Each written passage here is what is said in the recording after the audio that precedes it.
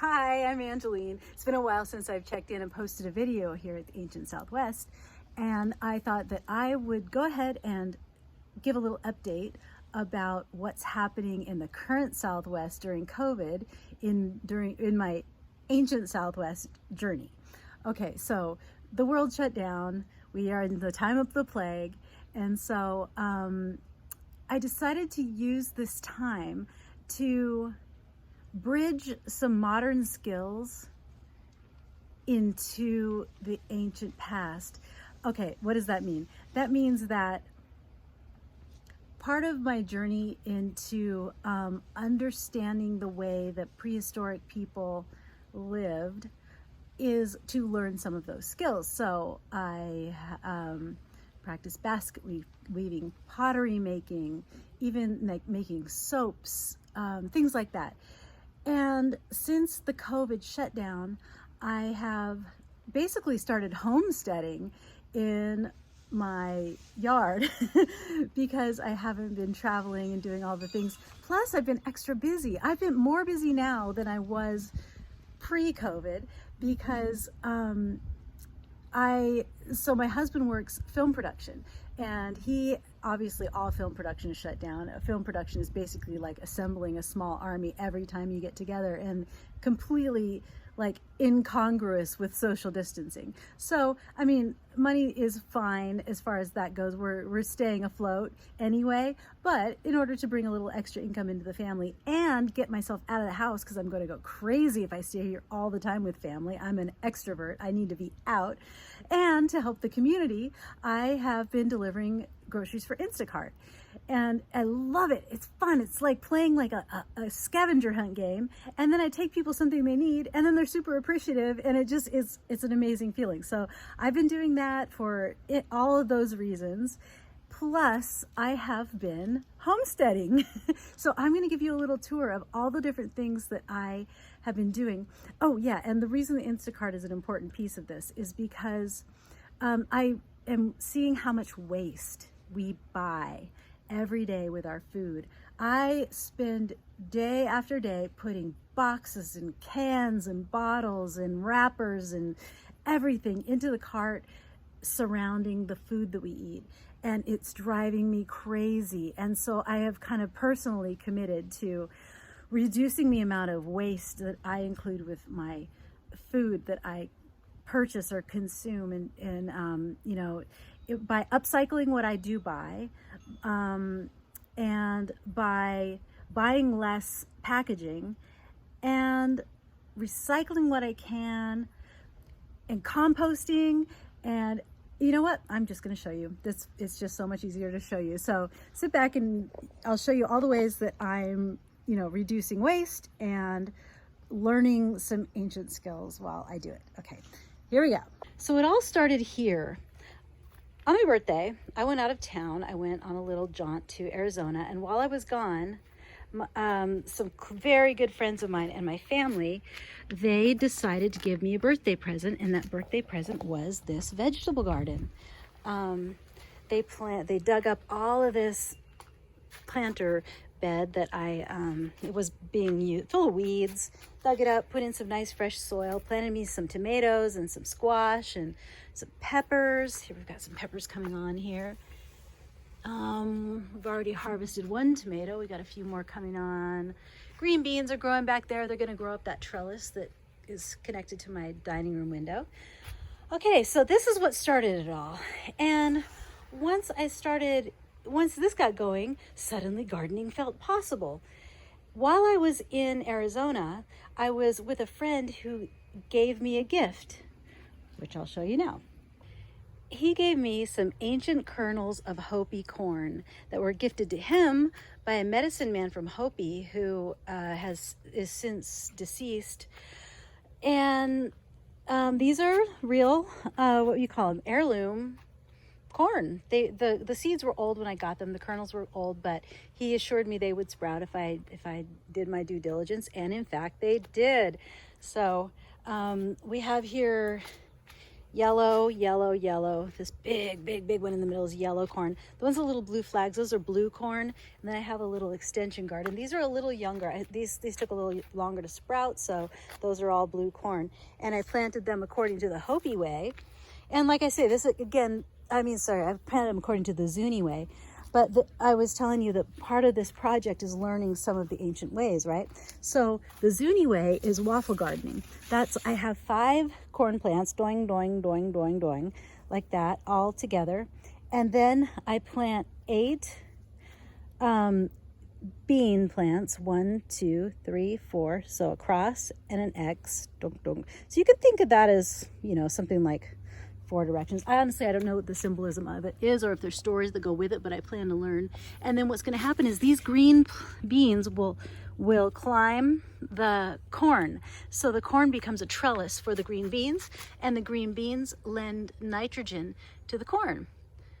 And then at various corners of the waffle, I planted squash. So these are the 3 sisters: corn, beans, and squash. And you see how the squash plants are at various corners. It's not exactly a waffle garden in perfect symmetry, although it's pretty close. We got the 4, and then at corners we have the squash. But this is an odd shaped, kind of a triangle shaped plot right here. And also, I think one of the squash plants died because I transplanted it and it got really hot. But same thing over here. We've got corn. It looks like only a couple of these corns took. Here, yeah, same. Blue corn is harder to grow. It's the Hopi story that the blue corn is the hardest to grow, and they were assigned that because they're the most resilient people. See, there's a little squash plant coming up. This garden's a little newer. This plot here is a little newer. So next, started the gardening on a kind of serious level. I realized that it made no sense at all to keep buying soil, that I should start composting. Also, these gardens don't provide protein as I would like to have, but you know what does provide protein? Chickens, poultry. These little guys, they're still pretty young. They're taking a nap right now. They're down in the little corner of their coop. But I made that chicken coop out of an old entertainment center that I got for free off Craigslist. I just built it out to be a chicken coop, put it on some, what do you call those, cinder blocks. Bought this dog cage, this outdoor dog kennel, and then put 1/4 inch, fencing, or net fencing all around. So basically this whole thing is locked in by fencing, so there's no way a predator like my dog can get in there and eat these little babies. And aren't they sweet? They're silkies. They're so cute. They're just so young. They're usually pretty active, but I think they're taking a break. It just kind of cooled off for the afternoon, so they're probably tired of being hot, just resting. I'll let them out later and give them some treats and let them walk around and try to keep them from eating my corn and beans. But these guys are sitting in organic, what do you call it? Hemp. I think it's hemp. Wait, what is it? What is it? I meant to get hemp, but I think I ended up getting whatever this is. Yeah. So anyway, but it's a nice straw. That's what I'm trying to say. They're in straw, and that straw is basically composting under their feet right now, and I'll just keep putting more and more on top, and they'll keep pooping on it, and it'll just keep compacting down and eventually be awesome soil. And they're gonna lay me some eggs, and we'll oh my god, aren't they the best? I love them so much. Oh, they're so cute. Unfortunately, I think I have 2 roosters in there. Those 2 that are doing that, I suspect they are roosters, but that's okay. They'll just make me more little chickens.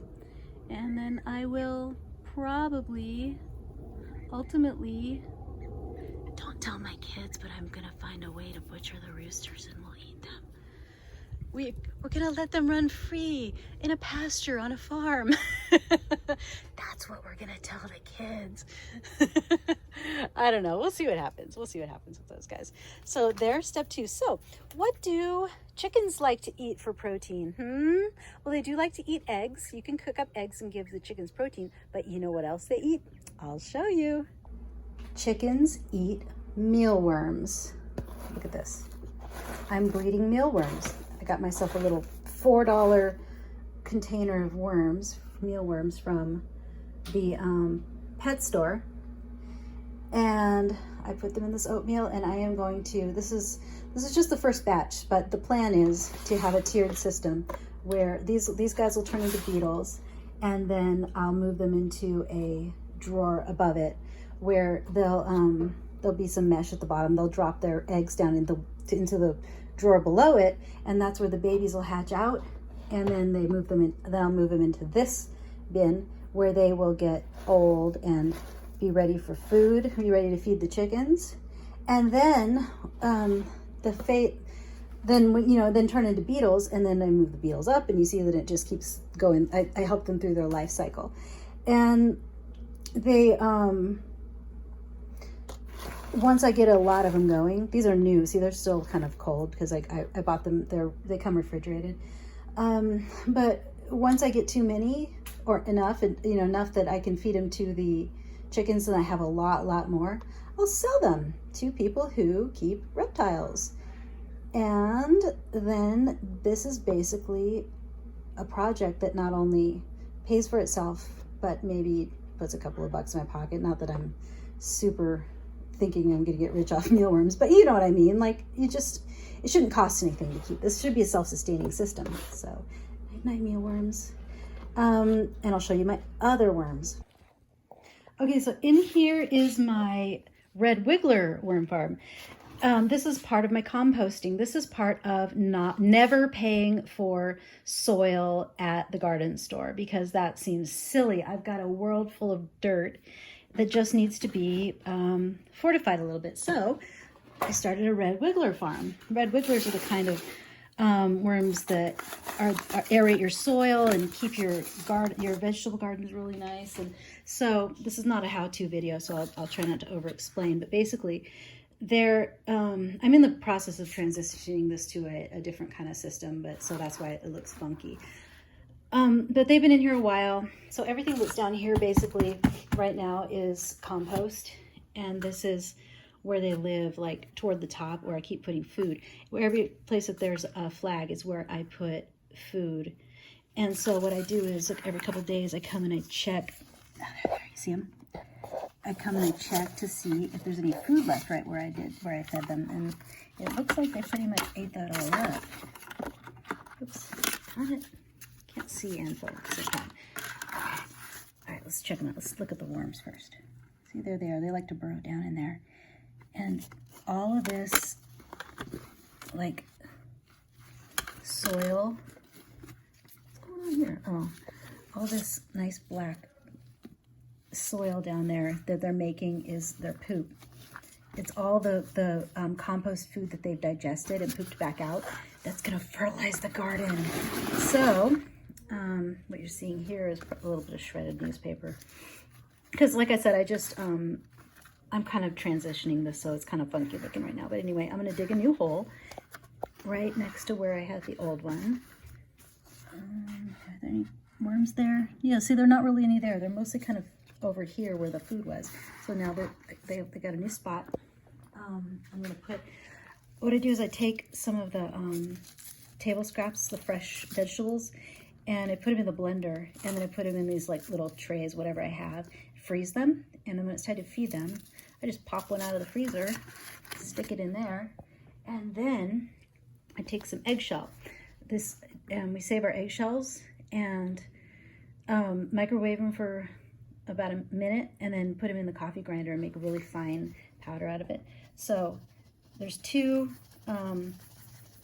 less things in our trash now, right? All the vegetable scraps and eggshells. And this, but I put a lot in there. They probably don't need that much.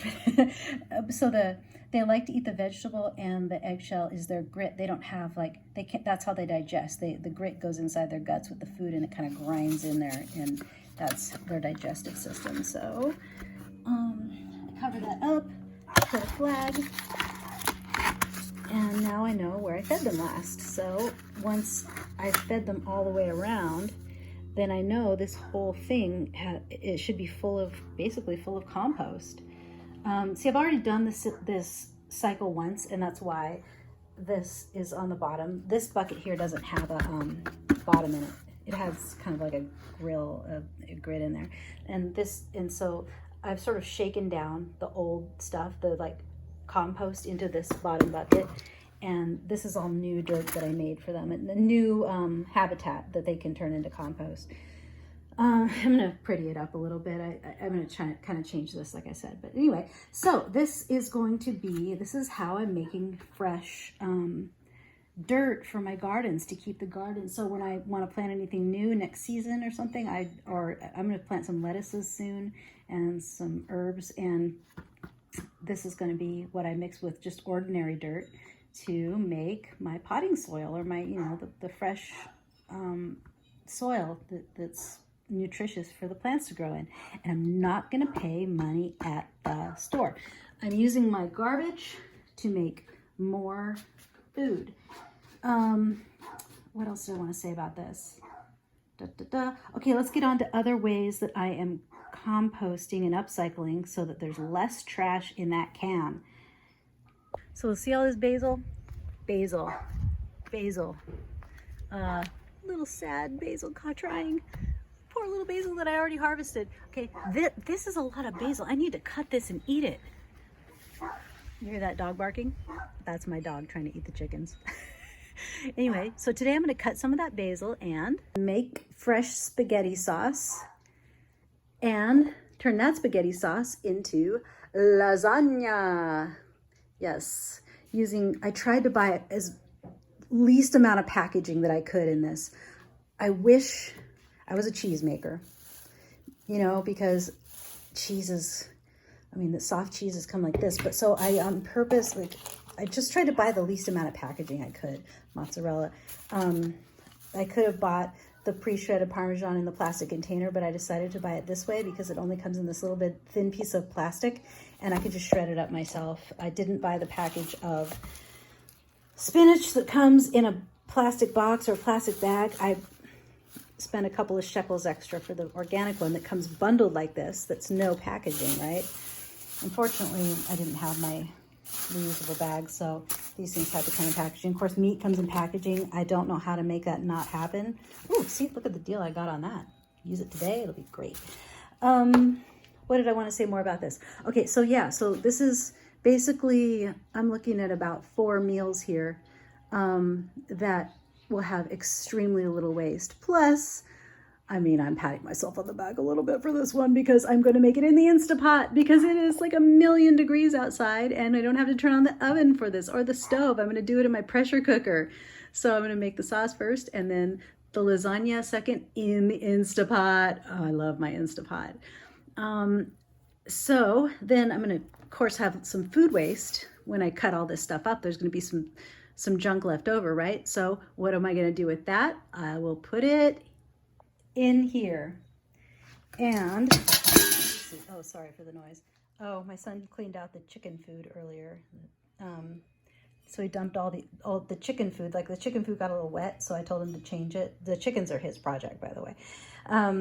So he dumped all that chicken feed into here, and that's going to be part of the compost, but so will the ends of these veggies. But that's not the only thing they do, because, who honestly needs a bucket full of junk rotting, preparing to do something when it could be doing something right now? So probably I'll take most of these scraps, the ones that don't go in here, I will take them out to the chickens and they'll peck around at it and eat what they like. And the stuff that I collect in here, I don't compost it. I don't compost it in a pile, for example, like a compost pile.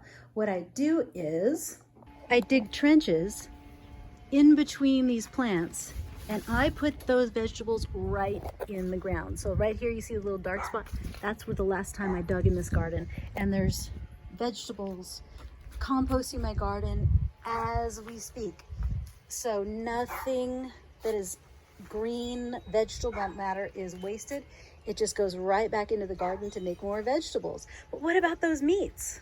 So what about all that meat and cheese and pasta and leftover junk? Because you know, nobody's perfect. We're not going to eat every little scrap of food that we ever cook in this house. There's going to be waste. We clean out that refrigerator and a ton of gross. There's all kinds of meat and rotten beans and whatever's in there, right? Where does that go? I have a different compost for that. This is my Bokashi brand, my Bokashi compost in the kitchen. I have one outside. This is just a little countertop one. Okay, so I don't even know if anything's in here because I think I just cleaned it out. A little something gross down there. Okay, so what this is an anaerobic composting system. And right now, looks disgusting, but you know what? It smells like pickles. It smells amazing. It doesn't stink at all. So there's some gross crap down there. And then I pour some micronutrient, inoculated bran down in there on top of it. And basically, I just keep the air out as much as possible. I stick whatever's in there, put the bran on top. Oh, shoot, I did that backwards. Ugh, gross. Okay, I have this little plastic bowl thing. I smash all the air out. And then I put some plastic on top of that just to make there be the least amount of oxygen possible. Keep the lid on and keep it there in the window. And from time to time, I take it outside to my big bin, which is this one.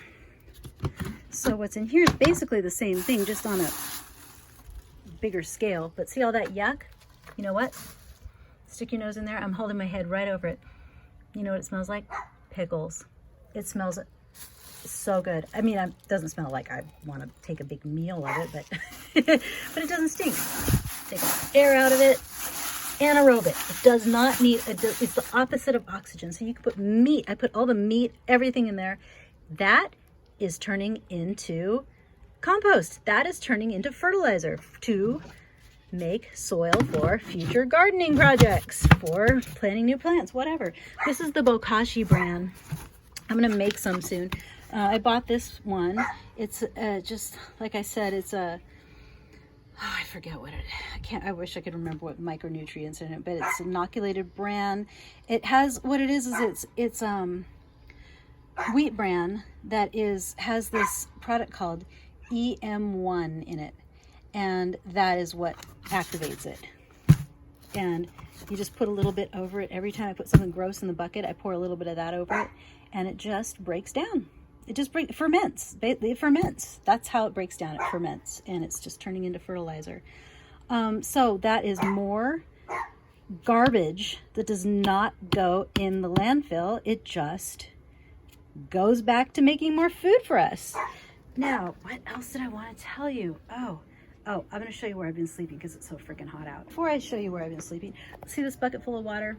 Every day I fill that up with water, and I have one in the kitchen in a pitcher too, and just let it sit, because in 24 hours, all of the chlorine will have evaporated out of it, and I have really nice, clean drinking water. I used to have some problems drinking the water. We actually have pretty good water in the city where I live, but I just was throwing up all the time. I could not, if I just didn't have the exact right flora going on in my stomach at the moment I drank water, I would just feel like I couldn't digest it. But since I've started dechlorinating it, I feel great. I drink tons and tons of water now, and I can digest it fine. The chlorine is out. So I strongly recommend, if you're drinking tap water, just let it sit out. Let's get a pitcher and let it sit out for 24 hours and quit buying purified water. I mean, because that's what this is now, basically. Oh yeah, so speaking of refreshing, I'm going to show you where I've been sleeping. Ta-da! This is my Sultan's castle right in the middle of the garden. Look at this. See? My garden to my left and my garden to my right. Nothing makes me happier than waking up in the morning surrounded by the garden, and it's so much cooler to sleep outside than inside because it's just so stuffy in the upstairs bedroom. So I just camp out here, and I made it all nice. I got my wind chime. There's my hammock in the back there, but yeah, I sleep right here. I turn my, I mean, when we have people over, I take that apart and make it back into a seating area, but if it's just us with the family, that's it, and I love it. And I've hung my camping, I have this mosquito net for camping, and I just hung that in there and drop it down every night and no bugs bother me. It's beautiful. I've got my citronella plants on either side. They kind of keep the mosquitoes away. The mosquito net keeps them off. It's gorgeous. And then I wake up, and first thing in the morning, you know what I see? My upcycling in action. And the upcycling is my hummingbird feeders. I take all the bottles, plastic bottle, Cozy, stop it. Oh, look at this girl. She thinks she's gonna get those chickens. Look at this. Her new mission in life is to eat chicken nuggets. All she wants is chicken nuggets. It's all she wants. She does this all day. I kind of like it. She's got put a little pep in her step. But I want her to be quiet, so Cozy, no, no. I'll usually shut her up for about 5 minutes. So I take all bottles and plastic or glass and aluminum cans. Look at this, see? Aluminum cans, and turn those aluminum cans into the bases and into the flowers of the hummingbird feeder. And the bottles become the hummingbird food holders. And I've got some little plastic cups up there that are the ant moats to keep the ants out of the hummingbird feeders, so they're beautiful. And the hummingbirds come in the morning and in the evening and eat out of those. And I'll show you something else. I made these too. I made some hummingbird feeders over here. That's a little bird bath, which I would like to get a solar pump for, but they're kind of expensive, and I'm not spending a lot of extra money on things right now. So, but one day I will get a little pump. And so also I made, this is a hummingbird feeder. This is a hummingbird, can you see it? Oh, this is a hummingbird feeder.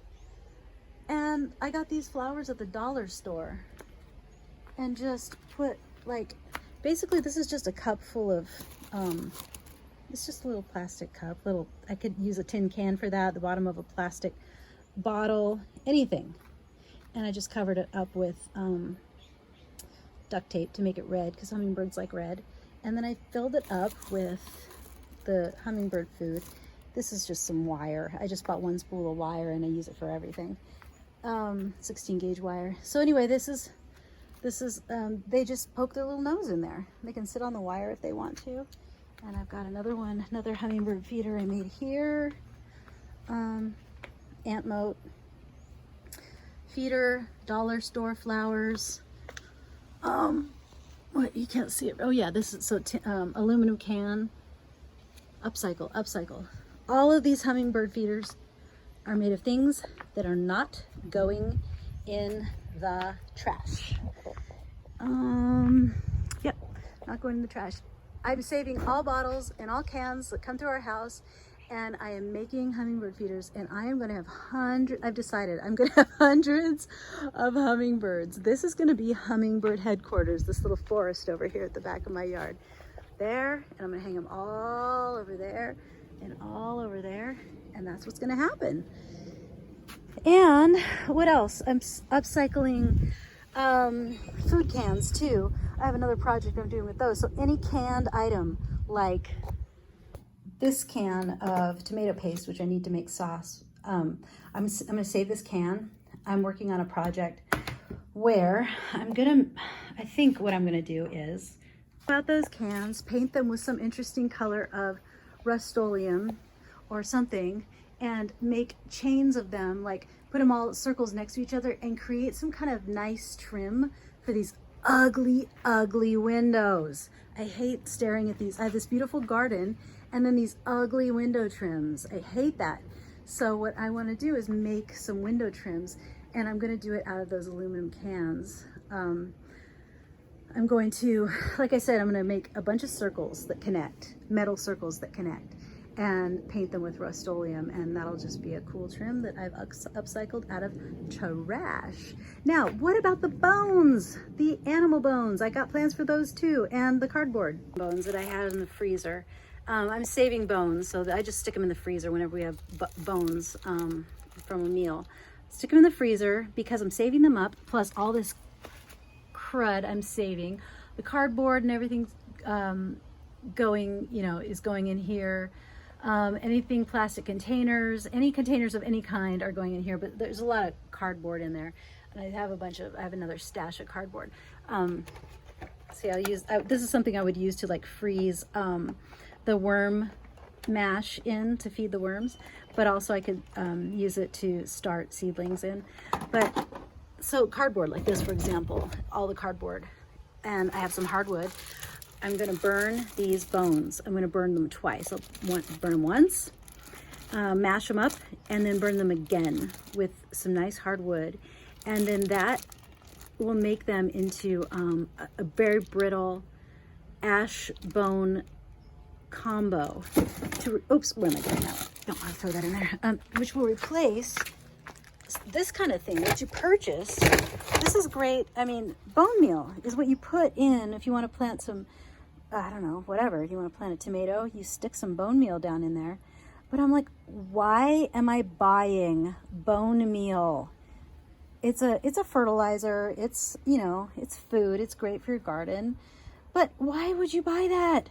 We have bones. We're throwing them away right now. We're throwing them in the landfill. They're just sitting there rotting, doing nothing, when I could be doing, as people have done since time immemorial, burn them up, stick them in with your garden, and make my own bone meal with the nice wood ash and the bone. Which reminds me, oh gosh, now I've already forgotten. Now I'm old. Okay, which reminds me of another project that I have going. Soap. Oh, okay, this is, have you noticed this is my little project shelf outside? Yeah, so where is it? This is something I started before. Oh yeah, but I abandoned it because I got really, really busy. So I made this lye. How did I make the lye? God, I can't even remember now. What did I do? I took some hardwood ash. I put it in a bucket of water, and I let it soak for about 4 days. And then, so look at this. Talking about prehistoric things you can do, right? That don't take anything but what nature provides. Okay, so wood ash, water, let it soak for 4 days. Then pour off that water into a vessel. I used a stainless steel pan. I imagine if you could use pottery for this, but boil it for a long time until you get this concentrated lye water. Now, what I did was I forgot I was boiling it on this little hot pad outside. I just left it all night. What I ended up with was lye flakes at the bottom of my pan. That was a mistake, but that's okay. I can still use it. It means I have to rehydrate this. But you get lye water. And then what do you do with the lye water? You put animal fat in it, lard, for example, or any kind of animal fat, right? We're prehistoric, say. We've made the lye water, you put in some animal fat and a little bit of salt, and keep heating it and stir it and stir it and stir it and stir it and stir it and stir it and stir it on very, very low heat until it thickens up. It's called a trace. And once it gets thickened up, you know what it is? It's soap. That is how you make soap. It's so easy. You take wood ash, water, animal fat, and heat, and you make soap. Oh, and salt. I guess you don't need the salt, but salt kind of thickens it up. Isn't that amazing? So that's what I'm doing with that's what I'm doing with wood ash. Wood ash is also used to, all right, now where did that project go? Oh, I know, it's in my little project bin. So I have so many things going on that I actually had to create a bin of storage stuff because it was just like taking over my yard, and I want to have guests over, and I couldn't, like, I didn't want them to see me living that way. So this is a package of pottery grade clay that I made out of dirt.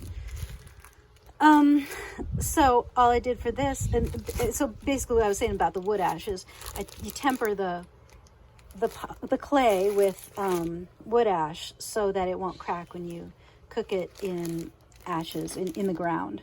When you make a pottery vessel, it won't crack.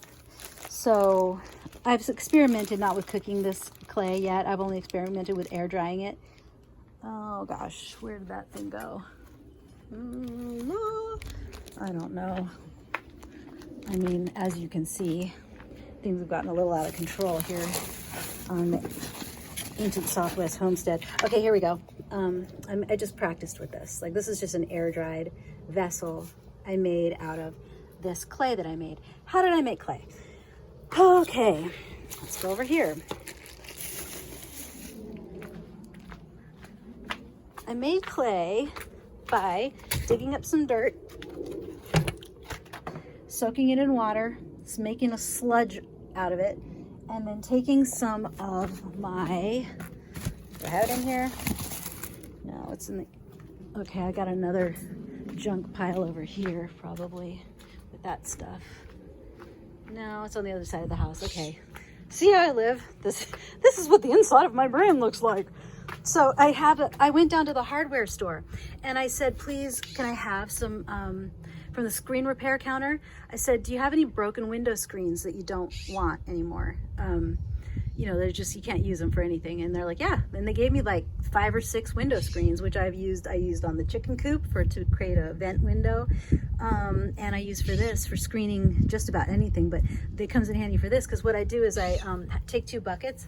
So I fill this up with the sludge, right? Stir it around, get it real stirred, and then put a screen, you know, imagine this is a screen. I put it over a clean bucket and then pour this into that clean bucket through the screen, and it screens out all the big pieces, and then I dump those out and then do it again. Screen here, dump it, you know, slush it through. And so what you end up with is really fine clay that I wrap in a t-shirt. Let's see.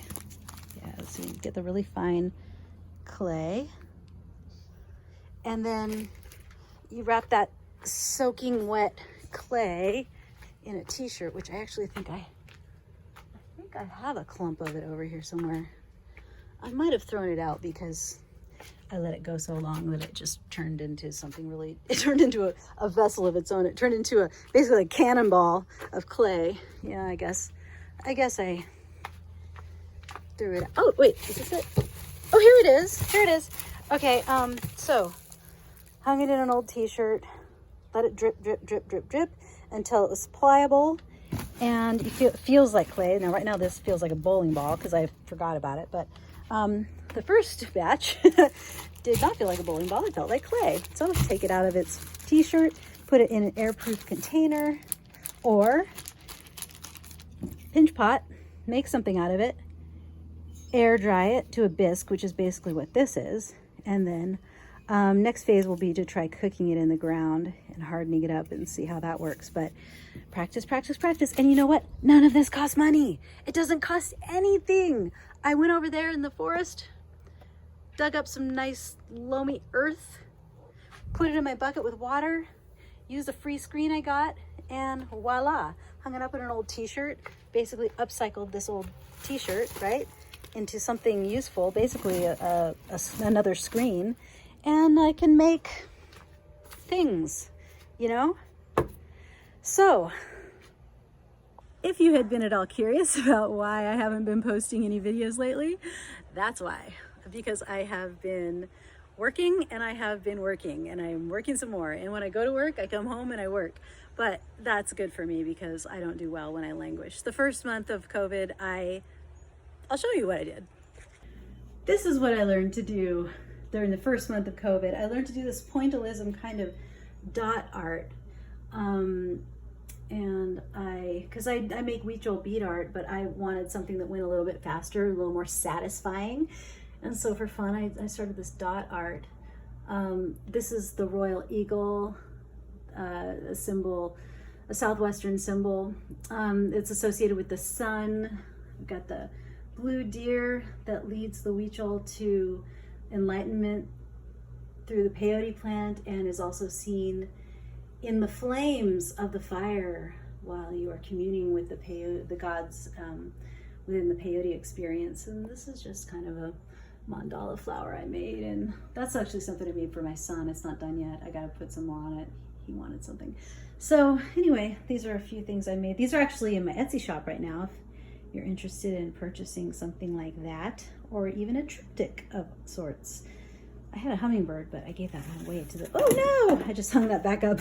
I didn't do a very good job. I gave my hummingbird painting away to my friend who gave me the Hopi corn. So I think I might make another hummingbird in the near future and put that back out there, because I love hummingbirds, and maybe you do too.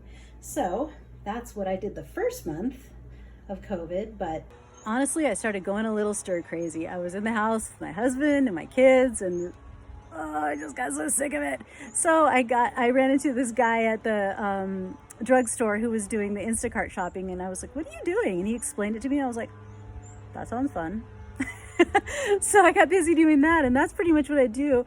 Every day I get up and I decide to go to work for a little while, then I come home and I take care of the chickens and the garden and the worms and the stuff, and make my art, and I'm busy. I am so busy, and I'm so happy.